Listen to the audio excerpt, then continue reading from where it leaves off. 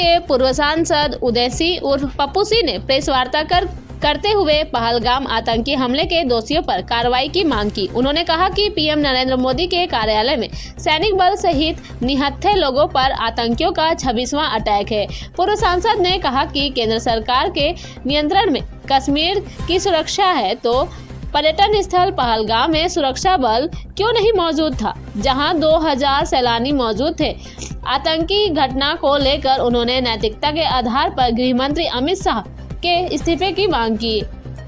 Intelligence agency पर भी सवाल उठाते हुए कहा कि वारदात को अंजाम देने के बाद सारी सूचना कैसे एकाएक सामने निकल कर आती है। क्या एजेंसी को पहले से पता होता है या फिर कोई डिटेल छोड़ जाता है। सिंधु जल संधि के इस मसले पर कहा कि पाकिस्तान में जो पानी चल रहा है उसे हमें रखने की क्षमता नहीं है। इस मसले पर केंद्र सरकार जो फैसला लेगी हम सभी उसके साथ हैं। ज़्यादा देर पानी रोकने से कोई वैकल्पिक व्यवस्था नहीं होने से हमारे यहाँ भी अधिक जल की समस्या उत्पन्न हो जाएगी। उन्होंने कहा कि आतंकियों की सजा साधारण पाकिस्तानियों को देना कहाँ तक उचित है, यह केंद्र सरकार पर निर्भर करता है। देखिए, जो पानी पाकिस्तान की तरफ जा रहा है उसको हमें रखने की क्षमता नहीं है। और जैसा मैंने कहा कि केंद्र सरकार जो भी फैसला लेगी हम लोग उसके साथ में हैं, लेकिन ज्यादा देर पानी रोकने से और उसकी कोई वैकल्पिक व्यवस्था नहीं करने से हमारे यहाँ भी अधिक जल की समस्या उत्पन्न हो सकती है। दूसरी बात, ये अंजाम पाकिस्तान सरकार के या पाकिस्तान सेना के सिर्फ अफसरों के वजह से आतंकवादियों ने किया है।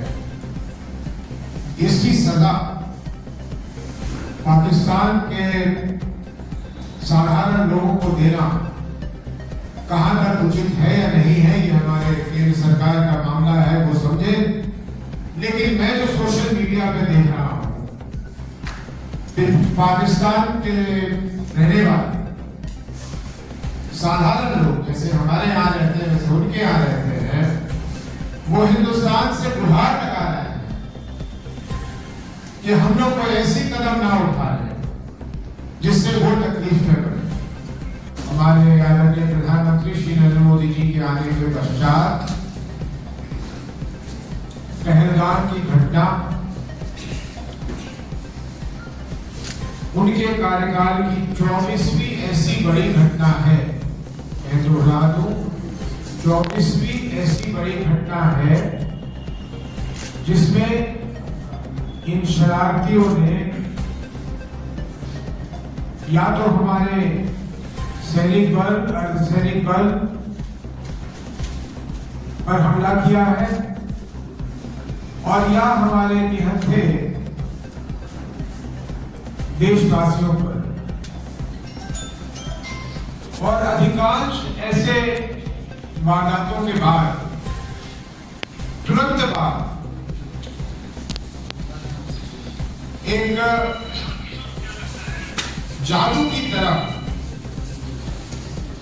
हमारे इंटेलिजेंस एजेंसी वारदात को अंजाम देने वाले के नाम, उनके पता, वो कहाँ रहते हैं, उनका हैंडलर कौन है या कौन था, ये सारी जानकारी दे देते हैं। मेरा प्रश्न है, हम लोगों का प्रश्न है कि ये वारदात के बाद सारी सूचनाएं कैसे एकाएक निकल आती हैं? क्या ये वारदात को अंजाम देने वाला अपना नाम, पता, घर का फोटो सब कुछ वहां छोड़ जाता है इनके लिए, या इन्हें पहले पता होता है? और अगर पहले पता होता है तो इन वारदातों को रोका क्यों नहीं जा सकता? केंद्र सरकार के नियंत्रण में कश्मीर की सुरक्षा है,